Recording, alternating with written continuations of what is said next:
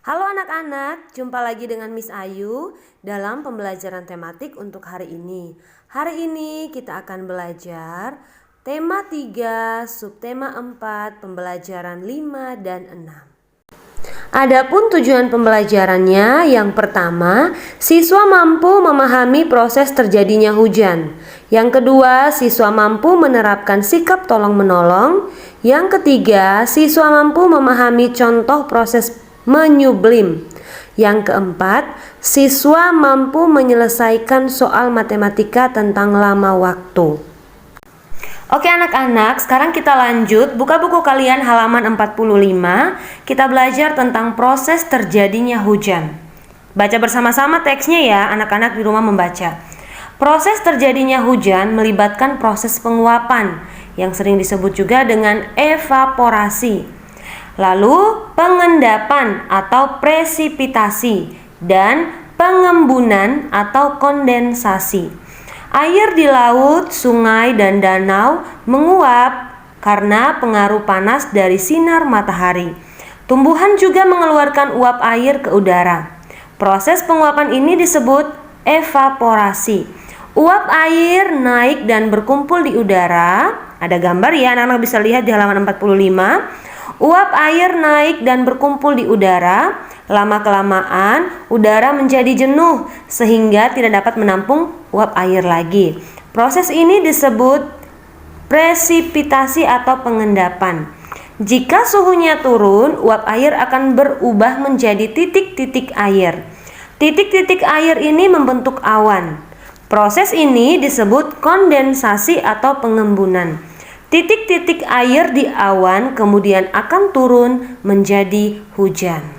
Nah, itu adalah proses terjadinya hujan. Anak-anak bisa lihat kembali gambar di halaman 45 dan membaca teksnya. Nah, anak-anak, apa yang dilakukan oleh petani pada musim hujan? Ayo, siapa yang tahu? Ya, benar sekali. Biasanya pada musim hujan para petani menanam padi di ladangnya. Anak-anak, coba kalian lihat gambar berikut ini. Ada beberapa petani sedang menanam padi. Mereka bersama-sama menanam padi. Contoh anak-anak, misalnya minggu ini di sawahnya Pak Komang, lalu minggu depannya lagi di sawahnya Ibu Made, minggu depannya lagi di Ibu Ketut, dan selanjutnya. Kenapa ya anak-anak mereka melakukannya bersama-sama? Supaya pekerjaan itu cepat selesai. Jadi, sikap tolong-menolong itu sangat penting dalam kehidupan bersama. Setiap orang harus menerapkan sikap tolong-menolong agar semangat persatuan dan kesatuan dapat dimiliki oleh seluruh anggota masyarakat. Karena sebagai makhluk sosial, kita selalu membutuhkan orang lain. Sikap tolong-menolong dapat mempererat kesatuan dan persatuan dalam hubungan antar sesama. Jadi sangat pentingnya sikap tolong-menolong tidak saja saat menanam padi tetapi juga dalam melakukan segala pekerjaan. Kita membutuhkan orang lain juga membutuhkan kita. Oke anak-anak, sekarang kita lanjut pembelajaran 6 di buku kalian di halaman 46. Silahkan kita baca saja ya tentang materi ini. Perhatikan, Miss Ayu akan baca, anak-anak juga membaca.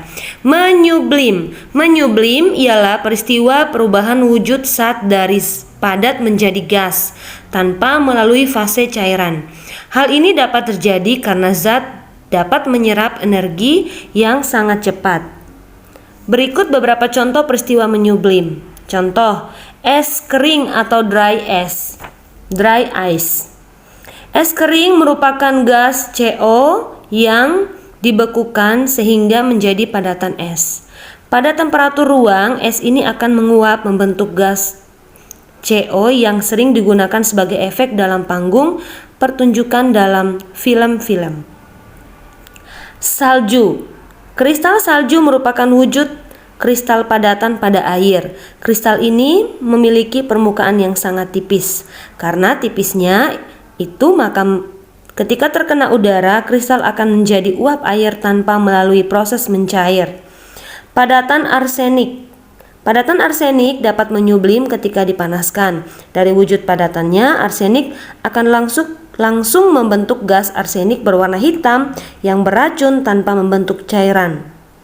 Padatan iodin. Ketika dipanaskan, padatan iodin akan langsung menyublim menjadi gas iodin yang berwarna ungu.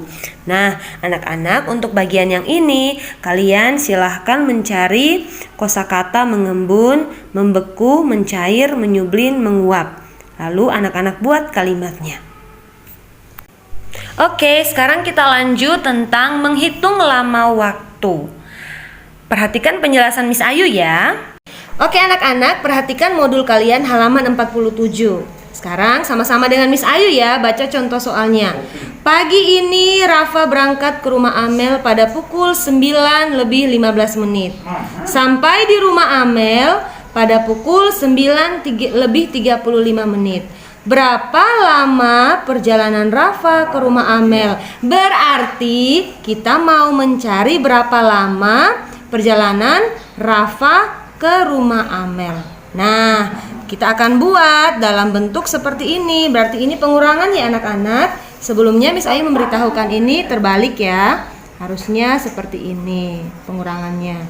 9:35 kurang 9 lebih 15. Supaya kita bisa dapat hasilnya nanti. Oke. Caranya Miss Ayu memberikan contoh di sini. 9:35 kurang 9 lebih 15. Oke, Miss Ayu memberitahukan kalau kita bagi seperti ini, bagi 2, ini adalah tempat jam, ini tempat menit. Ingat ya anak-anak. Nah, sekarang kita kurangi. 5 kurang 5 berapa? 0. 3 kurang 1 berapa anak-anak? 2. Lalu lanjut, 9 kurang 9 0, tidak usah ditulis. Berarti kita bisa simpulkan perjalanan Rafa ke rumah Amel itu adalah 20 menit. Oke, demikian penjelasan Miss Ayu. Terima kasih untuk semuanya. Tetap semangat buat kalian. Sampai jumpa.